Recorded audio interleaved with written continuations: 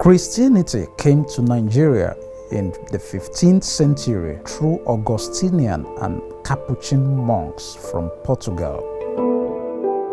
The first mission of the Church of England was though only established in 1842 in Badagry by Henry Townsend.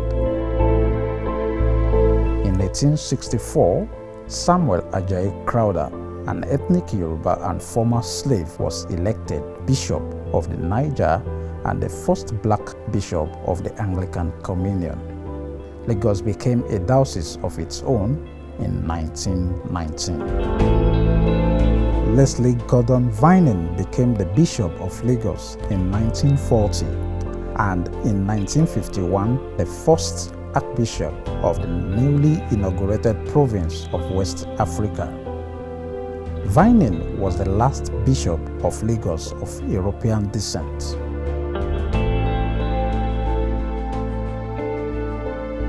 On February 24, 1979, the then existing 16 Anglican dioceses in Nigeria were joined to form the Church of Nigeria, a newly founded province of the Anglican Communion, with the Most Reverend Timothy O. Olufosoye, the then Bishop of Ibadan, becoming its first Archbishop, Primate, and Metropolitan.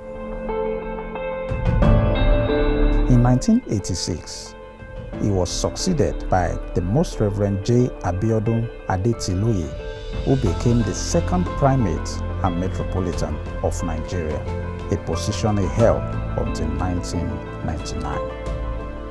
The Church of Nigeria was rated the fastest growing Anglican province worldwide. In 1989, the Diocese of Abuja was created on the area of the new capital of Nigeria, with Peter Jasper Akinola as its first bishop. In 2000, Archbishop Peter Akinola succeeded Archbishop Adetiloye as Primate of the Church of Nigeria, and Abuja Diocese became the seat of the Church of Nigeria permanently. This was necessary and agreed upon as the Nigeria capital was moved from Lagos to Abuja. We had a synod at Sokoto, one-day general synod. There, it was resolved that the Church of Nigeria should move from Lagos. It was in Lagos before, at Marina, as headquarters. But that decision was taken that since the federal capital has moved, we should not stay behind there.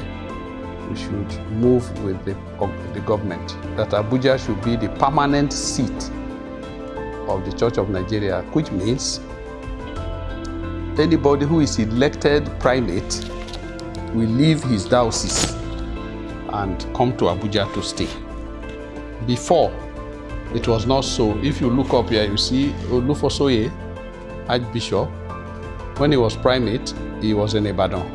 Adetiloye, when he was primate, he was on the Marina. Baba Akinola was the first, because here was his diocese. He was elected here, was the Archbishop here. So it happened that when he became the primate, he stayed here, but that was not his authority to be here. The authority to be here was the decision that was taken in Sokoto to make this place a permanent abode for the Church of Nigeria as headquarters. So you can't have headquarters without having a building. And we continue to use what used to belong to Abuja Diocese as the temporary office. And we have branched out, and there are many, many departments that are not being properly accommodated. So that was the necessity for the building of the big building. The strong desire for a befitting edifice for the Church of Nigeria was consistently expressed by numerous members of the Church. The leadership of the Church made several attempts to secure a parcel of land for the project of a national Secretariat of the Anglican Communion for the Church of Nigeria.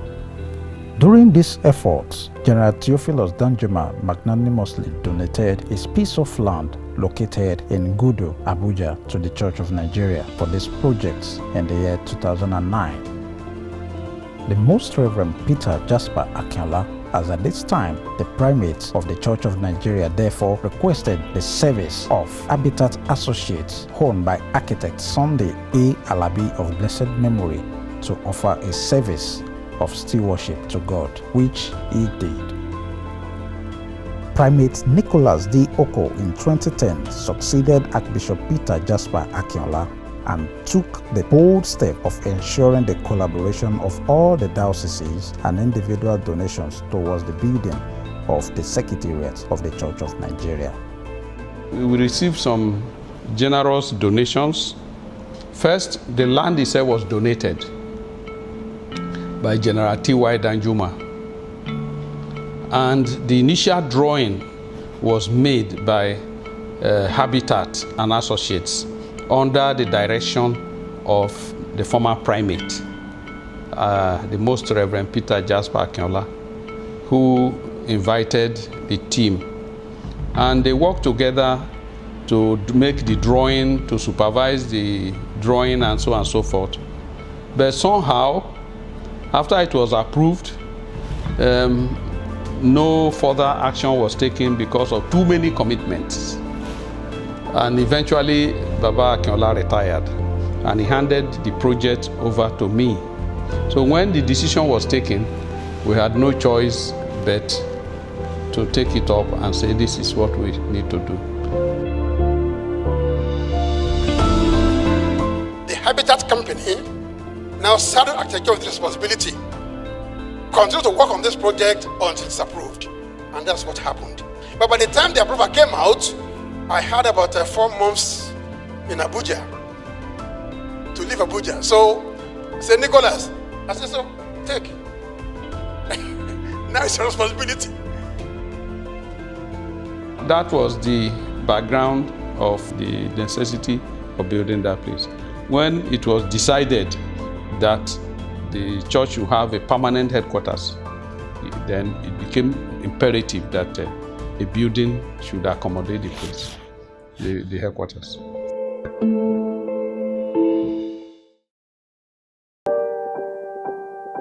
The foundation of the building was laid in November 2015.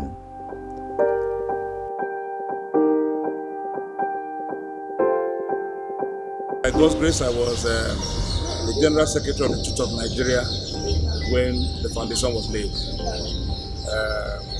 Under our great leader, the Most Reverend Dr. Nicholas Dioko. It's true that the Church of Nigeria had earlier proposed that the Secretariat will be built. And it's also true that our former primate, the Most Reverend Akinola, started the process. But the determination and the vision to make sure that whatever plan we had was translated into reality was done by the present primate. And I so thank God that I worked with him, a man of great zeal, a man who wouldn't rest unless that which has been planned for God has been fulfilled. So I was privileged to be the General Secretary when plans were made, meetings held, and I served as supervisor, working with the committee. And to the glory of God, I must tell you that if you work with a man that has been vision, and you are determined to follow him and to assist and to serve with all due commitment, you will also be privileged to enjoy the fruits of what God has done. But this will stand as the headquarters where the primate will sit as his own office, including all his workers. If you see the large auditorium, the primate may wish probably to say, well, let's open it for other denominations who want to have conferences. The auditorium is quite large. It can take about 2,000 people, and it's going to be furnished very well. So it could be open to public, and in terms of economic benefits, it may bring some income to the church. But also for tourists, those who will come from outside the country would come to see where is the Church of Nigeria, the Anglican Communion? Where is their secretariat? Now, having this edifice will be our pride as a church, that tourists will come in to see that Church of Nigeria has one of the best secretariat in the Capital Territory.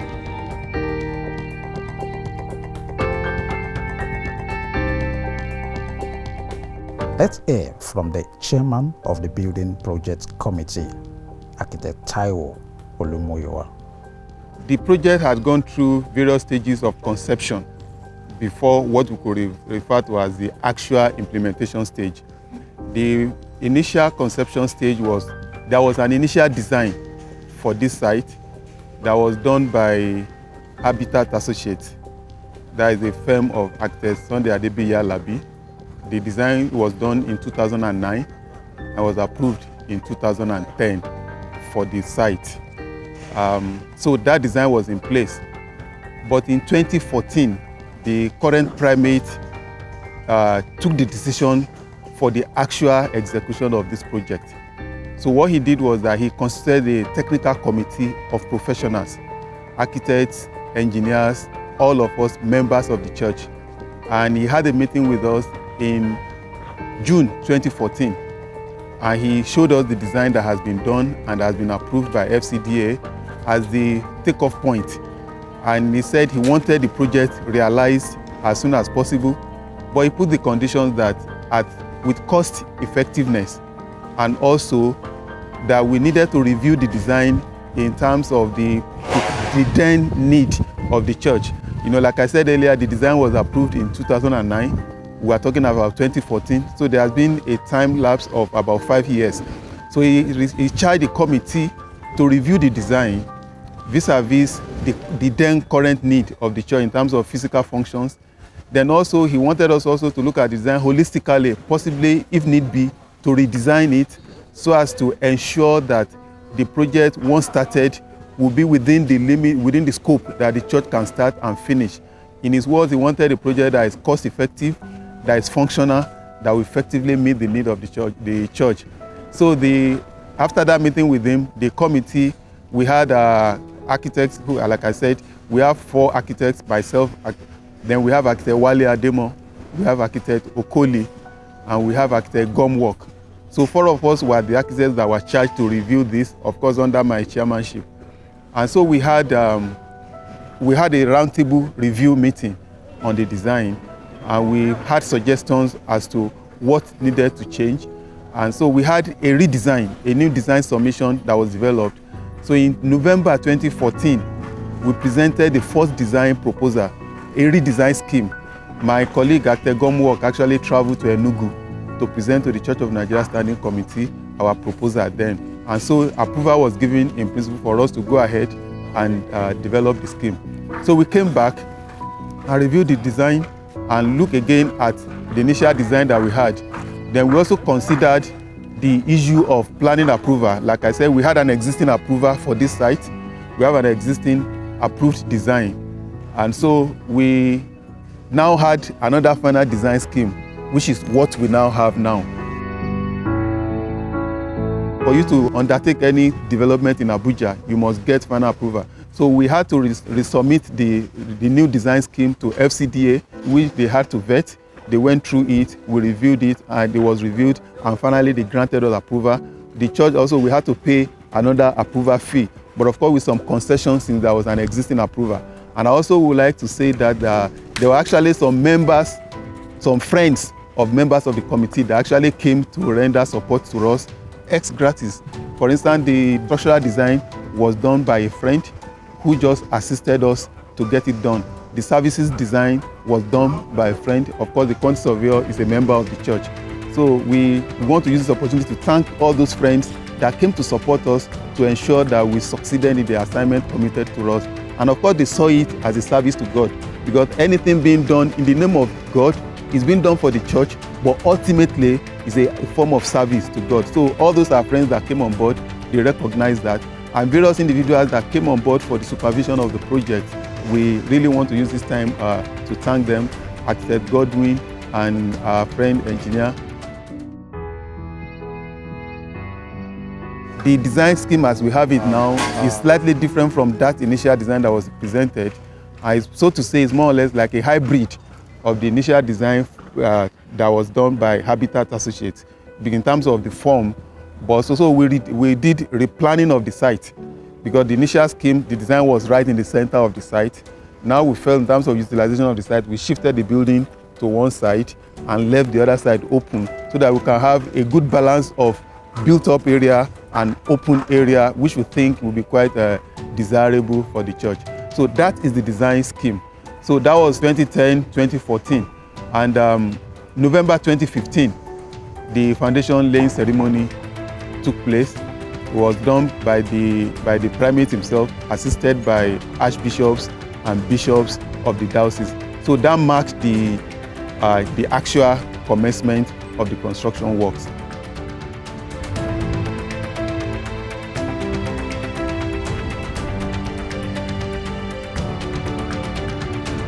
It's important to say that now, in terms of physical arrangement for the construction, this project has been done wholly, completely by members of the church, both in terms of the design, both in terms of the actual construction. We've had 3 levels of involvement of people for the actual construction.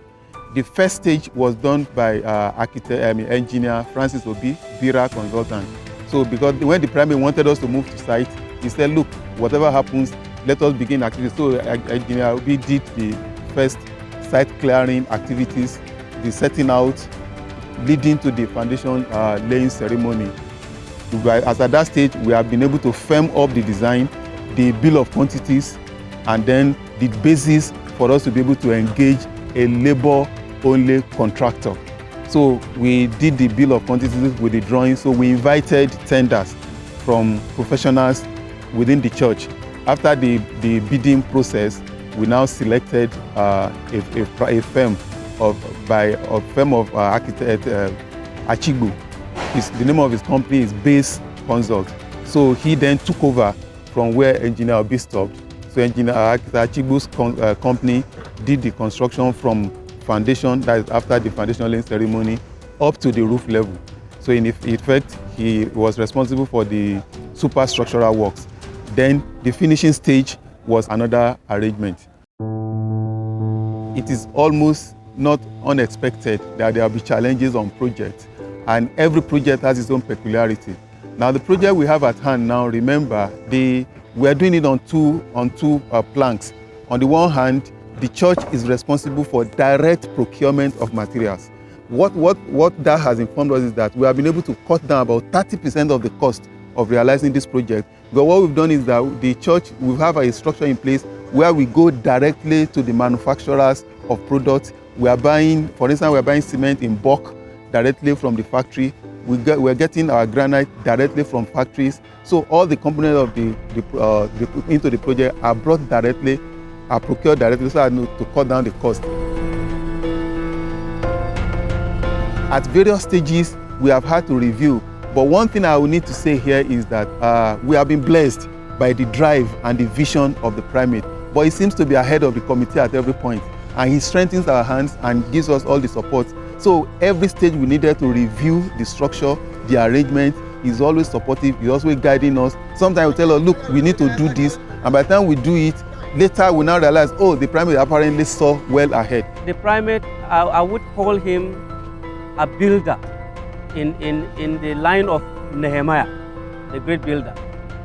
This is somewhat almost an impossible task to be accomplished. But the zeal of the primate, his commitment, his enthusiasm about this project made it happen. I remember there are times that he will call late at night and say, General Secretary, what is going on site? Go and see and report back to me. And I will come to the site and report back to him. And whenever there are issues for us to discuss, he will either mobilize people to come, and then we will sit down together and we'll discuss with the people and find the best hands to handle different parts of the project. He has led the House of Bishops to contribute towards the building of the Secretariat, Personally too, he has been having series of meetings with us and the work committee, and his mind has always been that let's have a befitting secretariat, and to the glory of God, we have one now.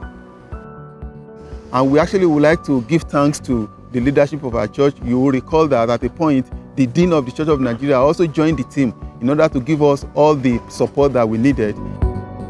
I started supervising the project when it was not roofed. No windows were made and no doors, no electricals. It was just a bare building.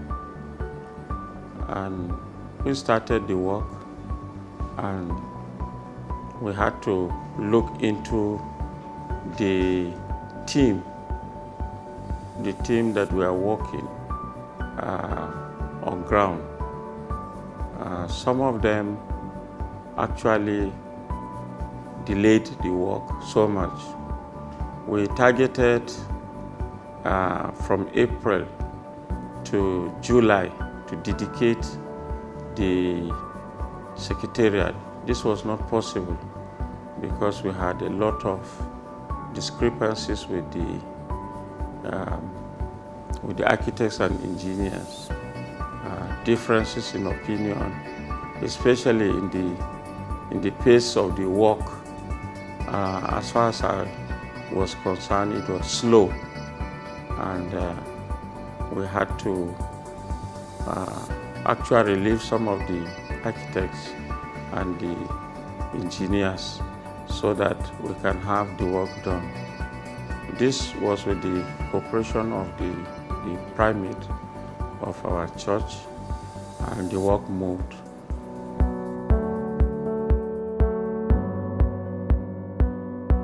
The office of the General Secretary, through all this period, they were all involved, including all the occupants of the office of the General Secretary over time.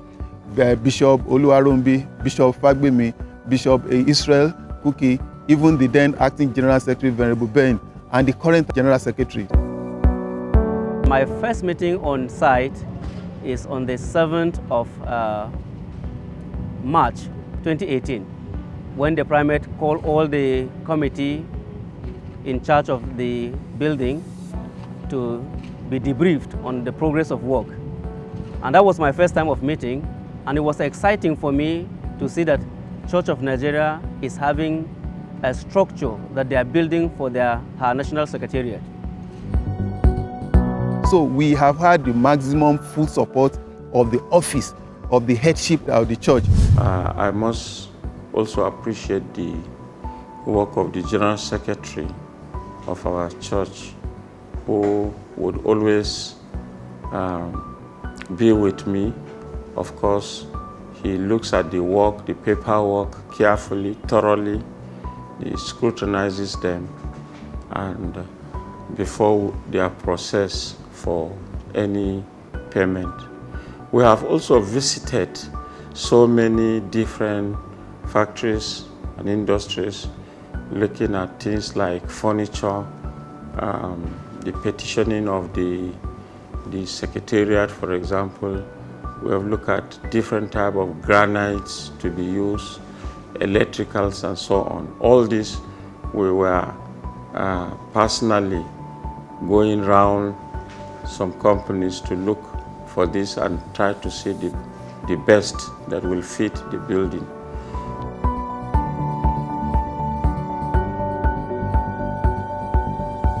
At the initial stage, we had the desire to do the project much faster than it ended up. But we also had the commitment to ensure that we do to the highest standard possible. We execute the project with the maximum cost effectiveness, so the quality control and all that, nothing was compromised whatsoever.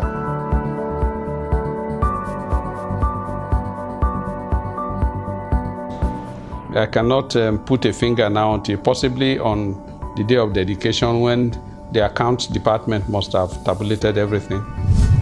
I may not be able to immediately say what the cost what the present cost is now.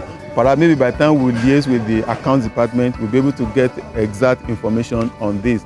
But one thing for sure is that at every point, prudence and effective cost management was actually put in place. So I'm sure by the time the books are put together, we'll be able to say precisely what we have done. Total money spent so far is a little over $1 billion. That is to say, 1,038,729,352 naira. All the consultancy services were done free. If you do a project of this, you'll be paying fees running to hundreds of millions, even for services rendered, not for at the design stage, also at the supervision stage. You can imagine engaging consultants for upward from 2015 to 2019, almost 4 years running continuously, almost on a day-to-day full residency service. So we have made tremendous savings even in that regard. Then also in terms of our savings on materials and the cost of procurement and everything. So I think regarding cost management, we've had a very prudent management of cost, spearheaded and insisted upon by the primate, that the structure, the system, because what we have is that we have layers of vetting and screening submissions. Alternative submissions are received, they are vetted at various levels, so that whatever the first level we did not see, another person will be able to see it to ensure that we get value for money at every point.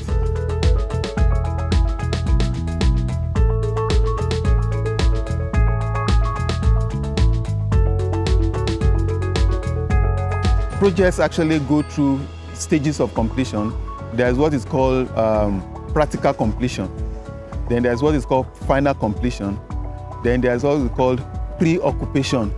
So what I'm saying in essence now, what we're achieving now, we are achieving the practical completion of the project. It means the client can take over, and then we begin to do the final stage of providing equipment, movable equipment, fixed equipment, like the kitchen cabinet, the movable furniture, fixed furnitures, fittings, and all that. We have in mind, as soon as the dedication takes place, then the committee for the furnishing will be inaugurated. Yes, we don't need to hurry ourselves into it. The next thing, of course, is the furnishing of the Secretariat. This is huge too. It might take maybe about 500 million if we will furnish it very, very well to that standard befitting of that edifice.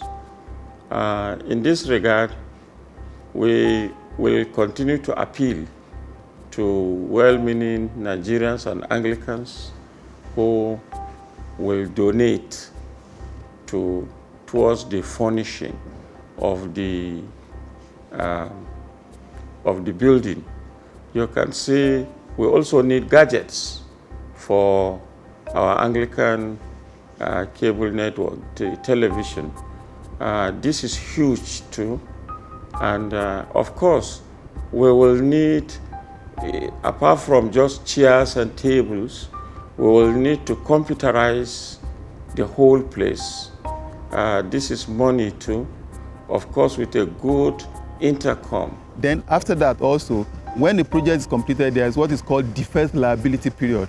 Deferred liability period is a period where all the things that have been put together to form the building are now subjected to real-life usage. And so that you begin to cross the T's and dot the I's, so that if there are things to amend, things to adjust, you take time to do that. Usually, that takes about 6 months to undertake, or you said that 6 months or 1 rainy season and 1 dry season, so that if there is any issue somewhere along the line, you can attend to it. So I think also, though this project has been done through direct labor, direct arrangement, we should also be able to address our mind to the fact that, okay, during this period, there may be issues for us to attend to, so as to perfect the system, as it were. So that deferred liability will run, and even some of the people that were involved in supplying equipment, they also have their contract that will still be running during that deferred liability period, so that we'll be able to invite them to attend to whatever falls within their purview. So that will be. Now, going on the long-term maintenance of the building, a structure of this nature, we actually need to address our mind to having a maintenance system.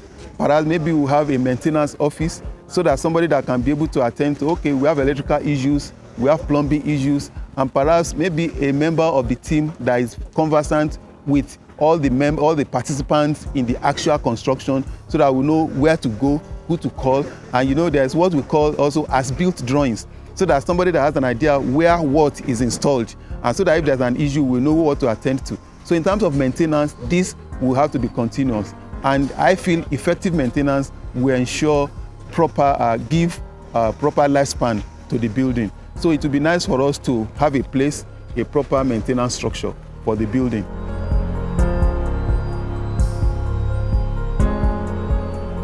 What measures are in place to ensure maximum security? Security is in 2 levels. There are some security systems you put in place you don't want to discuss in the open. But what we would like to say is that the design of the project took adequate care of security considerations and for things that will be fitted in place to ensure there are layers of control, layers of screening, so that people do not have unauthorized access to certain places and all that. So security consciousness was quite considered in developing the design and implementing it. And also some infrastructure have been put in place so that at every stage we can take our security measures from one level to another. So I want to say that in terms of security services, the building is quite ready for us to take it to any level.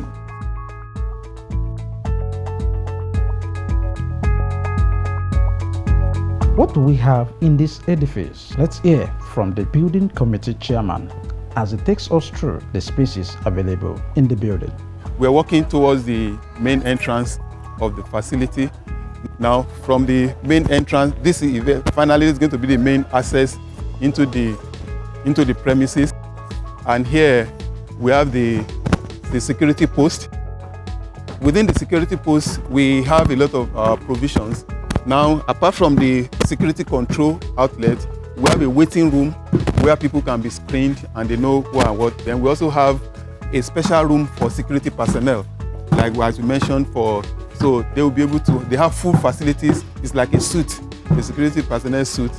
Then we have also a lounge for drivers.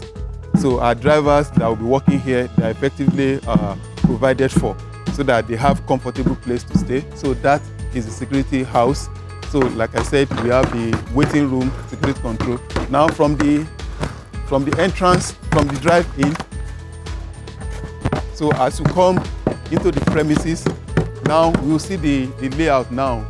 It's also part of the security control. You are not driving to the premises facing the building directly. And so from the entrance now, you're facing the car park, then you turn towards the entrance. So the whole idea is that you don't have a situation where somebody can drive and ram us straight into the building. So that is one of the measures that we have in place. Now driving towards the entrance foyer. So that takes us straight to the main entrance foyer. So we have the drop-off point there. That is the entrance canopy. And under that canopy, we're going to have a water fountain at the center there. And we have the sky blue Tampalon roof over it. Now, the concept of the design you may want to see is like lifting up holy hands. So if you look at the building, you see hands like 2 hands raised upward. And we believe we're lifting hearts of gratitude to God. We're lifting up holy hands to God. And so there is upward movement where our hearts are turned up towards God. So we try to carry this concept through. So it's not a stagnant, static structure. So if you look at the building elevationally, you see 2 hands raised up in the air. If you look at the entrance canopy, you see hands being raised up in the air. So the project is supposed to be lifting, so lifting. And this concept is translated even into every aspect. If you look at our fence grill, metal grill also, you're seeing that also lifting, opening up of hands. So that is the main concept. So coming to the main entrance foyer now, so you go into the reception. Then from the reception, you can then distribute to the various. Now our reception is at the center. It's centrally located so that you'll be able to access every part of the building from there, for of course to give whoever is coming a sense of arrival. So because the reception space is just a temporary hold-on space. So at the reception, you have the reception counter where you can get information as to who you're looking for, which floor you are, and there's a space within the reception for you to stay for a while. Now you can see now that you've been clear at the gate. There's a place at the gate where you can wait if you don't need to come into the building. Then when you come into the building, depending on who you're looking for, then you interact with the receptionist and they let you now give it direct clearance whether you go straight to whoever you want to go and see or whether you need to wait a while. So we have waiting areas at the reception. And also from that reception, there's another screening point before you are now allowed fully into the building proper. So we have those layers of screening. Then from the reception, we now get into the central staircase lift lobby from where you can access all the floors. Now, apart from the central staircase, central lift lobby that takes you to all the floors, we have internal staircases that people in the office can walk between various floors without necessarily mingling with whoever is coming in into the building. So we have that distribution of vertical circulation of persons within the building. What we have done is that there's a lot of flexibility into the building. Now, from the reception, you can easily go to the multipurpose hall.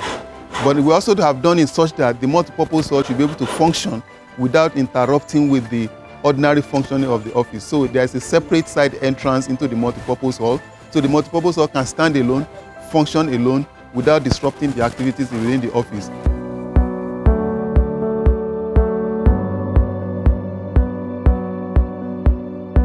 Now, in terms of space provisions within the complex, indeed the Church of Nigeria Secretariat is actually a complex. It is supposed to be the seat of government for our church nationally. And so we have the multipurpose hall, which will provide a central place for the leadership of our church to be able to congregate and have functions of diverse nature. So we feel that the multipurpose hall will be able to cater for all kinds of meetings, worship services, gatherings that is going to be exclusive for the church. So we have the multipurpose that will serve that purpose. Then we also have the office of the primate of the Church of Nigeria Anglican Communion.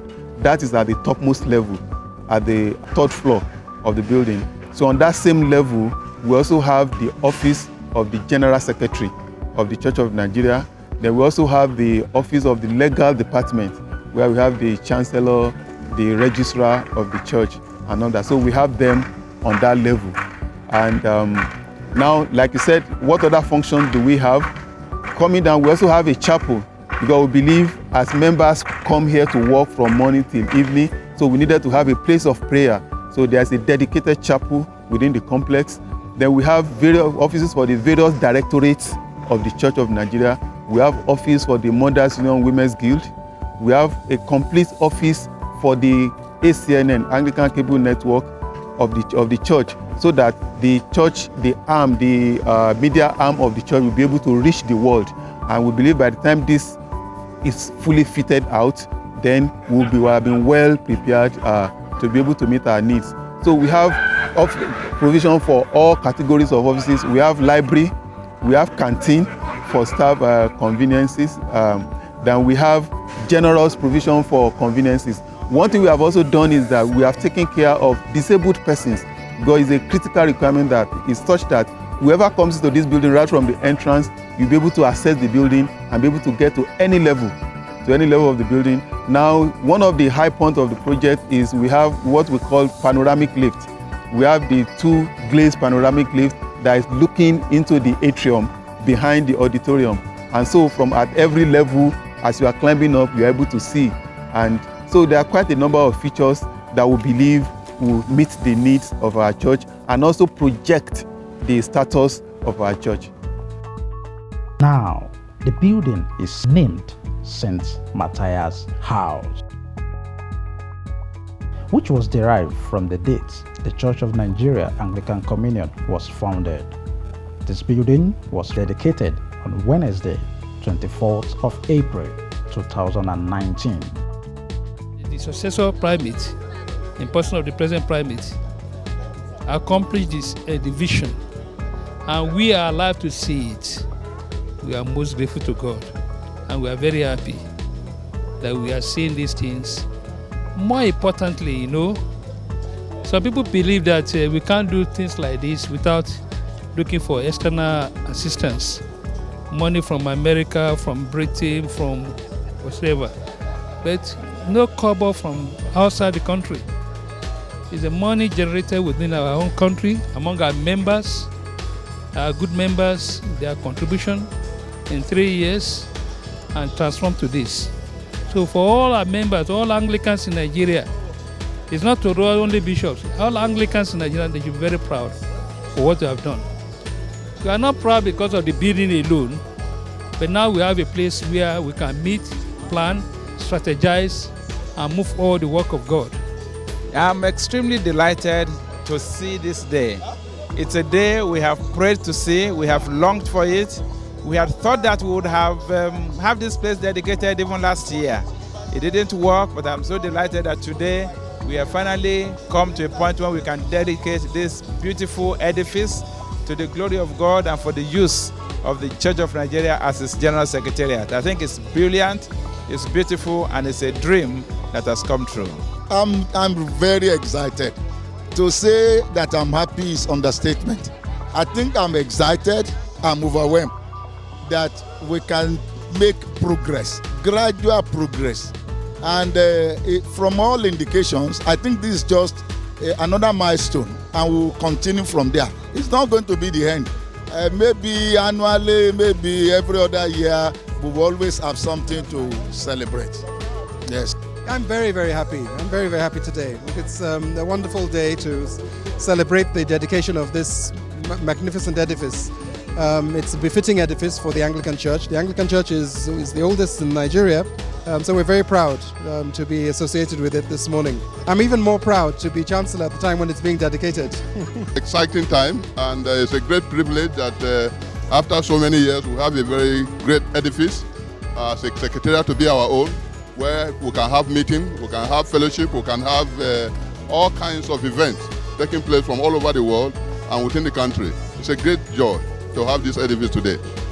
Yes. I know you're very happy like I am. I am very happy because we have to thank our primate for giving us a befitting office here. You know, we are moving from our port capping office from Wuse to this place. And for his own generosity, he has done that for us. And we are happy because ACNN is one of the powerful vehicles to evangelize and to talk the true gospel, to the world, and to bring back the heritage, Anglican heritage, to so many of our faithful all over the world. So we are moving, and God is on our side. Yes. So it is part of history to be opportune to be here to witness this, and it shows we are growing quite rapidly as a church, and we thank God for the grace given to our primates and other members who have been supportive to come up with this edifice. Really, this is a dream come true for the Church of Nigeria. How will the entire Church of Nigeria remain without the Secretariat? All this time we have been taking shelter under Abuja Diocese's office, which is not at all something pleasant. That we are having this as a place to dedicate to the Secretariat Church of Nigeria is very exciting and is very commendable for the authorities of the church under the leadership of our primates. Indeed, we rejoice with him that at the verge of his going, this is a legacy he's leaving behind. We cannot thank God enough for his leadership all the years he has been a primate. So we thank God and we're excited to be here. How do you feel? Extremely happy. I am extremely happy. This is an edifice that is, in fact, I lack words to describe it. This is very beautiful. Kudos to our leaders, the primates, and every individual who has contributed to make this great edifice to come to reality. We are proud of this church, the Church of Nigeria, Anglican Communion. Remind me, I know you're happy too. Yes, I'm very happy today. Today is a very great day, and history is being made today in the Anglican Church, Nigeria, and actually worldwide. Since 2011, I have been director in the Church of Nigeria headquarters and heading 4 different directorates, and I'll be using one office. With what you are seeing here, you can see that I will have enough space for myself now. Everybody's going to get his or her own space. At least the Church of Nigeria will be able to separate the department now. Each of the Department for Civic and Political Affairs, the Department for Justice, Equity and Peace, Commission of the Church of Nigeria, or Department for All Anglican Publication, even chaplaincy to the National Assembly will be able to separate the offices now. I think the church has done a wonderful work here, and we are very glad. Because for us, not having a national secretariat over a long period of time is not a good something for us. So this is a great feat that has been achieved by our primate and the entire Church of Nigeria. So I'm very excited. I'm proud to be an Anglican. Well, we're happy to be here and want to thank God for this great edifice of the Church of God here in Nigeria. It is awesome, it's wonderful that God has used our primate and the faithful throughout Nigeria to put up this project. It's an encouragement. I'm delighted and happy to be here to witness this historical event. This is an edifice, a very gigantic edifice, and we thank God for giving us a leader who has a vision, a leader that is focused, a leader that is determined, and a person of the Most Reverend Dr. Nicholas D. Oko, the Primate of all Nigeria, and we are happy to be part of this historical event today. Yeah. Actually, this is a memorable day, very cheering and very cheerful. This is a day we've been dreaming of. Church of Nigeria being the biggest and greatest populated church, Anglican church, should have a befitting secretariat, which have been a minus to our identity and integrity, I say. So seeing today is like seeing fulfillment. It's like seeing, arrive and mission accomplished. So in a nutshell, it's a wonderful day of joy, fulfillment, contentment, and confidence in the Church of Nigeria. Thanking God for our primate, the Most Reverend Dr. Nicholas Oko, who has been used to achieve this feat. Is wonderful. Something like this is happening in our own time. You can see that this building is an architectural masterpiece, and it's a sign no show for all to see. And the most important thing is that it's also completed at a record time. You will see some building going on for 20, 30 years.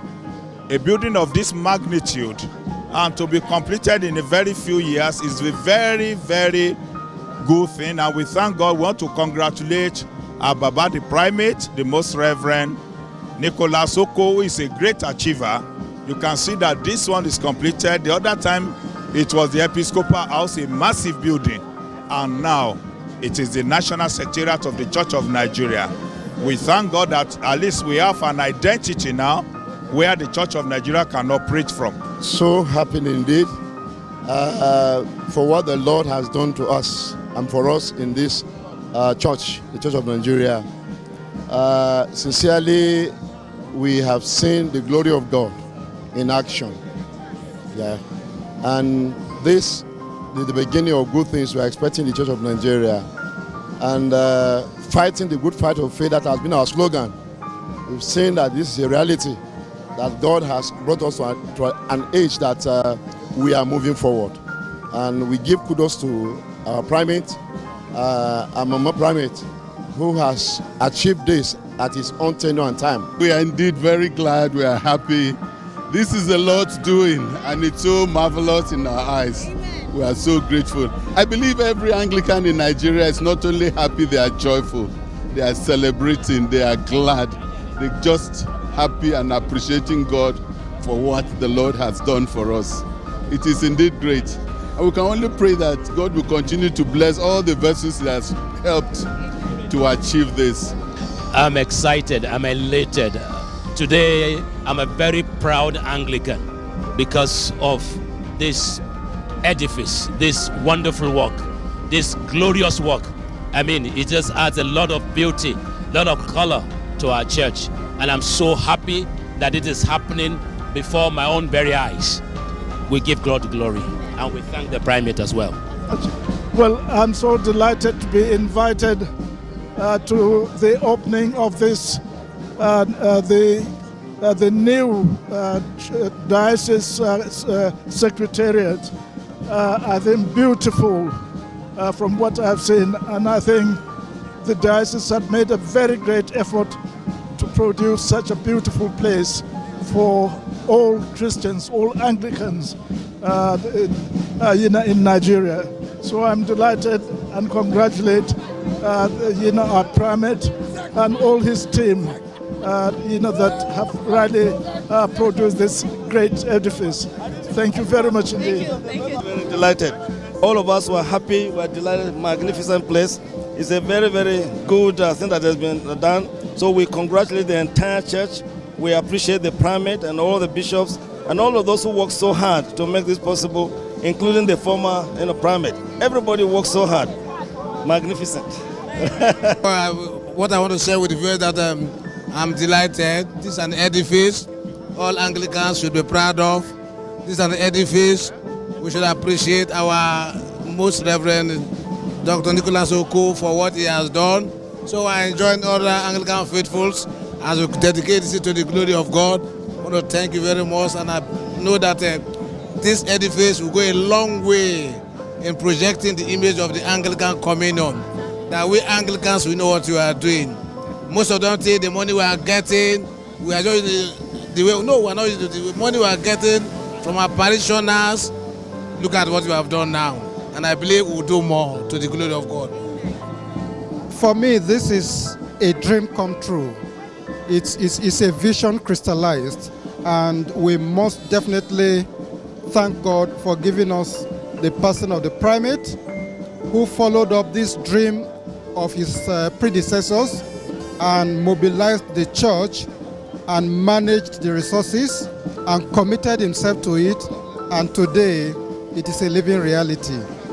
This stands to his credit for posterity, and we rejoice. I'm excited. This is a vision coming true. This is a vision being realized. Anybody coming here today must be rejoicing and thanking God. Some years ago, one would have thought that this can never happen, but it has happened. So we're so grateful to God. We're so glad. We appreciate what God is doing, and we thank Him for what He has done. I think happy is just an understatement. I'm excited. All glory be to God. I see grace, overflow of grace here. It is a mighty edifice. I must say I'm very excited, and we must congratulate our primate, the grand patron of our fellowship, for this mighty structure he has put in place for us. So I'm very happy to be here. And to be witness of this dedication is something more than this world. So we from the AYF are very happy for this edifice. Today is one of my happiest days, and particularly after the joy of the Easter celebration, we are coming to dedicate this edifice to the glory of God, and so it's with joy and gladness. And we thank the primate who had the vision to put it here, the Most Reverend Dr. Nicholas Oko. We congratulate him, congratulate his wife, congratulate the entire Church of God for what the Lord has done through him in putting this great edifice here to the praise and glory of God. I am extremely happy. If I speak on behalf of others, I would say we are extremely happy, and I'm sure I'm speaking their mind too, that this great, humongous project has been achieved within such a short period of time. We are grateful to God that by this, the Anglican denomination is being properly and steadily rooted in the annals of Nigeria, and in particular in Abuja. I need to say that Anglican Church, right from the very beginning, was raised to liberate and to set the pace. The Church of Nigeria Anglican Communion has always been on the forefront and setting the pace for this nation. This is an uncommon feat, and we are indeed grateful to God for having this. I'm so excited. I'm overwhelmed. This is a landmark achievement for Church of Nigeria. So I thank God for what I'm seeing. And this is a pointer to the fact that Church of Nigeria is growing. And we pray that this landmark will affect our spiritual growth also. We appreciate the primate, commend him for this gigantic project, the zeal and courage to make it happen. On this edifice, he has given the Church of Nigeria Anglican Communion a face in Abuja here, and we're excited. We feel good about it. He has written his name in the sand of history.